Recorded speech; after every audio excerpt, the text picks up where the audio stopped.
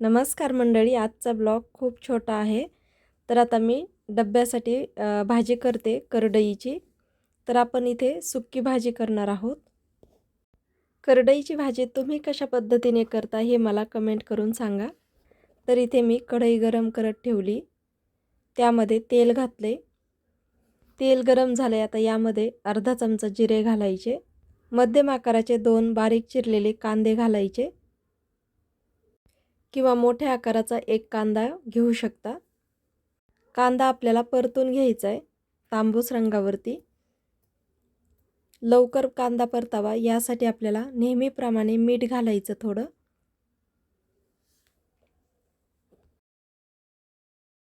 आता ठेचलेला लसूण घालायचा. आलं नाही घालायचं, फक्त आबडधुबड ठेचलेला लसूण घालायचा. लसूण पण आपल्याला तांबूस रंगावरती फ्राय करायचं आहे. ह्या भाजीला ना थोडंसं झणझणीत करायची, खूप छान लागते. तर तुम्ही माझ्या पद्धतीने एकदा नक्की ट्राय करून पहा. तुम्हाला जर आपले विक्रम मसाले ऑर्डर करायचे असतील तर स्क्रीनवरती नंबर दिला आहे, त्यावरती कॉल किंवा व्हॉट्सॲप करून तुमच्या आवडीचे मसाले तुम्ही ऑर्डर करू शकता. तर इथे आता आपल्याला लाल तिखट घालायचं आहे. लाल मिरची पावडर थोडी जास्त घालते. हळद घालायची. हलकंसं हे तिखट घातलेलं त्याला परतून घ्यायचं. तुम्ही जर माझ्या चॅनलला नवीन असाल तर सबस्क्राईब करा. तर इथे लाल तिखट चांगलं परतलं आहे. आता यामध्ये आपल्याला 2 पाण्याने मिठाच्या पाण्यामध्ये धुवून करडई बारीक चिरून घेतली ती घालायची आणि त्याला पण परतून घ्यायचं. आता कुठल्याही पालेभाज्या करत असताना आपल्याला जोपर्यंत भाज्या शिजत नाहीत तोपर्यंत मीठ घालायचं नाही, म्हणजे अंदाज चुकत नाही. कारण पालेभाज्या शिजल्याच्या नंतर कमी होतात आणि मग मीठ आपण आधीच घातलं की खारट होतात. तर मी ही भाजी घेतलेली थोडी निब्बर होती, तर मी यावरती झाकण ठेवते आणि याला शिजून घेते. सुक्या भाजीमध्ये आपल्याला पाणी घालायचं नाही, वाफेवरच शिजून घ्यायची.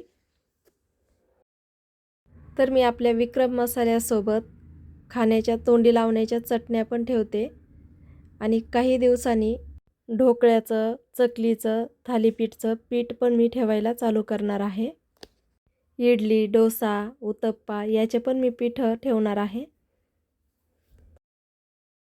तर आता बोलत बोलत भाजी शिजून झाली, पाहूया. तर भाजी चांगली शिजली. आता यामध्ये तुम्ही हरभऱ्याची डाळ किंवा मूग डाळ पण घालून शिजवून घेऊ शकता. आता यामध्ये मीठ घालायचं भाजी शिजून झाल्यानंतर, म्हणजे आपल्याला मिठाचा अंदाज येतो. मिक्स करते आणि यामध्ये शेंगदाण्याचं कूट घालते. आता सध्या ना भाज्या खूप छान येतात, पालेभाज्या एकदम टवटवीत भाज्या असतात. त्यामुळे तुम्ही अशा भाज्या करून नक्की खाऊ शकता. आता शेंगदाण्याचं कूट घालू. तुम्हाला आवडत नसेल नाही घातलं तरीही चालेल, पण मला आकांक्षामुळे कूट घालावंच लागतं. आता लगेच दुसरीकडे पोळ्या करते आणि त्यानंतर बाकी काम आवरून घेते.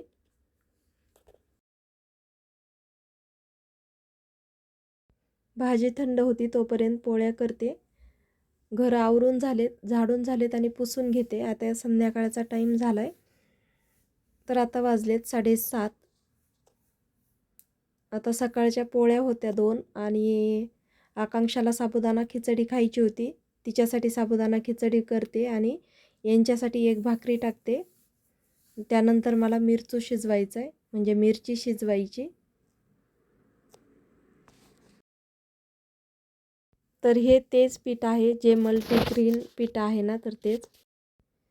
ते मळायला थोडं जड जातं, म्हणजे चिकट असतं ना त्यामुळे. तर पण खूप पौष्टिक असं आहे. नक्की एकदा ते पीठ करून पहा. तर इथे भाकरी करून झाली, मिरचू शिजून झाला आहे. त्यानंतर साबुदाणा खिचडी पण केली आणि इकडे एक भाकरी टाकली. सकाळच्या पोळ्या आहेत. तुम्हाला जर आजचा व्हिडिओ आवडला असेल तर लाईक, शेअर आणि चॅनलला नवीन असाल तर सबस्क्राईब करा आणि मसाले ऑर्डर करायचे असतील तर स्क्रीनवरती नंबर दिला आहे त्यावरती कॉल किंवा व्हॉट्सअप करून तुमच्या आवडीनुसार मसाले ऑर्डर करू शकता. तर आजचा ब्लॉग इथेच संपवते. भेटूया पुढच्या ब्लॉगमध्ये. तोपर्यंत बाय बाय. व्हिडिओ पाहिल्याबद्दल धन्यवाद.